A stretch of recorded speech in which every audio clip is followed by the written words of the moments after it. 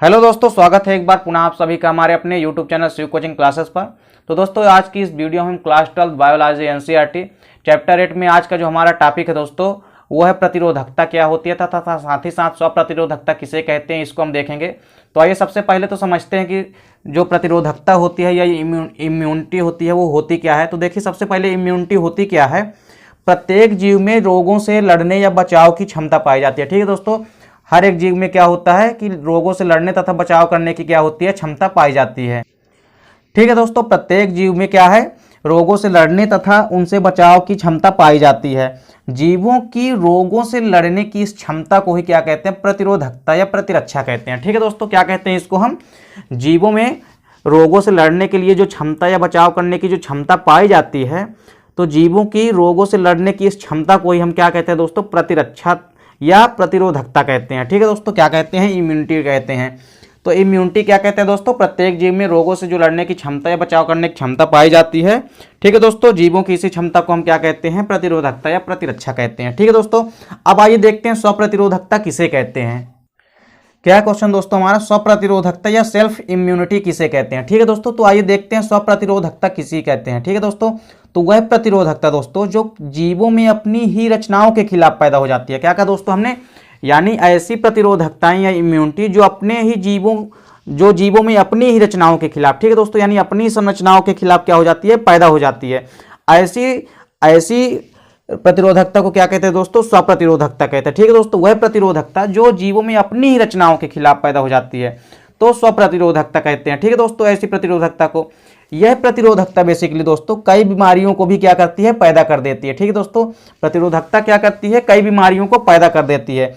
और दोस्तों जो बीमारी होती है ये इस बात पर निर्भर करती है कि शरीर की रचना के प्रति प्रतिरोधकता विकसित हुई है। यानी जो बीमारी भी हो गई है दोस्तों वो भी इसी बात पर निर्भर करेगी कि यहाँ पे प्रतिरोधकता या स्वप्रतिरोधकता इस रचना के प्रति हुई है। ठीक है दोस्तों, तो यहाँ पे स्वप्रतिरोधकता आपको समझ में आ गया होगा कि वह प्रतिरोधकता जो जीवों में अपनी ही रचनाओं के खिलाफ पैदा हो जाती है, इसे हम क्या कहते हैं दोस्तों, स्वप्रतिरोधकता कहते हैं। ठीक है दोस्तों, अब देखिए दोस्तों, स्वप्रतिरोधकता का यहाँ पे आप एग्जाम्पल देख सकते हो दोस्तों।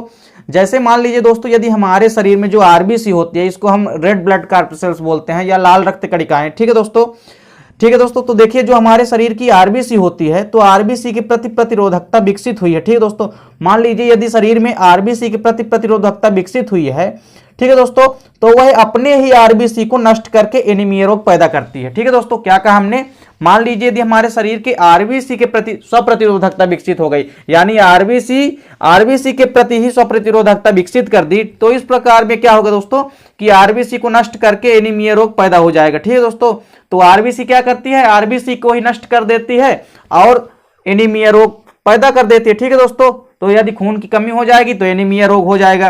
ठीक है दोस्तों, तो इस प्रकार से आरबीसी क्या करती है, आरबीसी की यदि स्वप्रतिरोधकता विकसित हो गई आरबीसी के प्रति ही आरबीसी द्वारा, तो इस प्रकार प्रतिरोधकता में आरबीसी क्या करती है, अपने ही आरबीसी को नष्ट करके एनीमिया रोग पैदा कर देती है।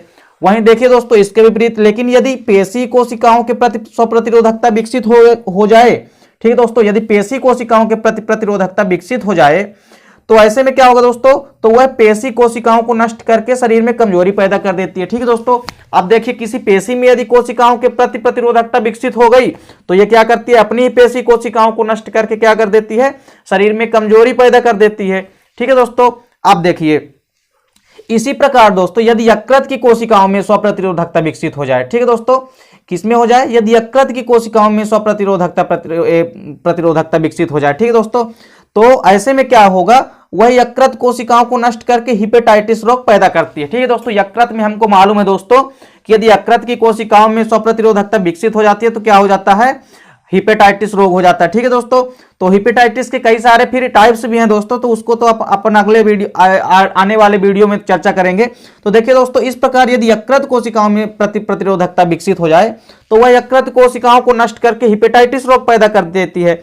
इस प्रकार स्वप्रतिरोधकता दोस्तों हम कह सकते हैं कि यह कैसी होती है, डिजेनरेटिव बीमारियों को पैदा कर देती है, यानी दोस्तों यह स्वयं के द्वारा ही स्वयं को नष्ट कर लेती है। ठीक है दोस्तों, अर्थात आप समझ सकते हैं दोस्तों, जैसे आरबीसी ने अपने ही आरबीसी को क्या किया, आरबीसी के द्वारा आरबीसी में ही स्वप्रतिरोधकता विकसित हुई और वह अपनी ही आरबीसी को नष्ट कर दिया, और अपनी ही आरबीसी को जब नष्ट कर दिया तो उसमें खून की कमी हो गई और एनीमिया रोग पैदा हो जाता है इस प्रकार से।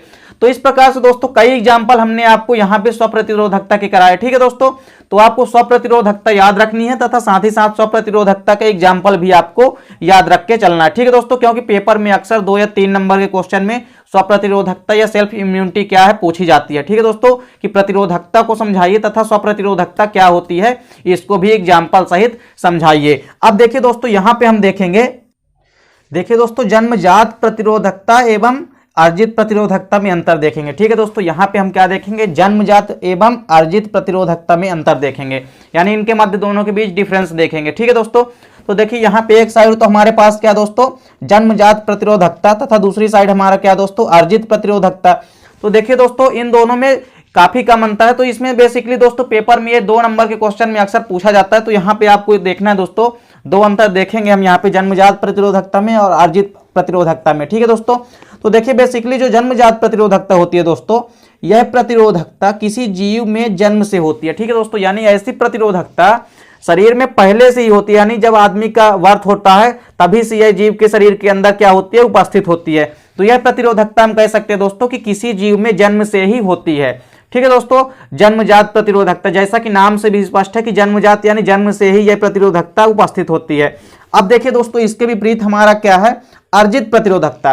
तो देखिए दोस्तों अर्जित प्रतिरोधकता क्या होती है, यह प्रतिरोधकता जीवों में जीवन काल में विकसित होती है, यानी ये जन्म से नहीं होती है, यह जीवन काल में किसी न किसी अवस्था में क्या हो जाती है, आगे चल के विकसित हो जाती है। ठीक है दोस्तों, तो यह प्रतिरोधकता जीवों के जीवन काल में विकसित होती है, अर्थात बर्थ से यह नहीं होती है। ठीक है दोस्तों, अब देखिए दोस्तों इसके बाद जो दूसरा हमारा डिफरेंस है वो क्या दोस्तों सक्रिय प्रकार की होती है, यानी जो जन्मजात प्रतिरोधकता होती है दोस्तों यह एक्टिव टाइप की होती है, यानी सक्रिय प्रकार की होती है। और इसके विपरीत देखिए दोस्तों जो हमारा अर्जित प्रतिरोधकता होती है यह सक्रिय एवं निष्क्रिय दोनों प्रकार की होती है। ठीक है दोस्तों, दोनों के मध्य यही मेन डिफरेंस है दोस्तों। ठीक है, यह सक्रिय प्रकार की होती है, यह सक्रिय और निष्क्रिय दोनों प्रकार की होती है। ठीक है दोस्तों, और जन्मजात प्रतिरोधकता क्या होती है, किसी जीव में जन्म से ही उपस्थित रहती है, और जो अर्जित प्रतिरोधकता होती है ये बाद में अर्जित होती है, यानी जन्म के बाद हमको मिलती है। ठीक है दोस्तों, तो जन्म के बाद हमारे शरीर में विकसित हो जाती है। तो यहाँ पे दोस्तों आपको उम्मीद करता हूं कि जन्मजात प्रतिरोधकता और अर्जित प्रतिरोधकता में अंतर समझ में आ गया होगा। तो दोस्तों आशा करता हूं कि आज की जो वीडियो आपको अच्छी लगी होगी। दोस्तों यदि वीडियो आपको अच्छी लगे तो आप लाइक और कमेंट कीजिए, साथ साथ दोस्तों के बीच शेयर कीजिए। मिलते हैं दोस्तों नेक्स्ट वीडियो में, तब तक के लिए जय हिंद, वंदे मातरम।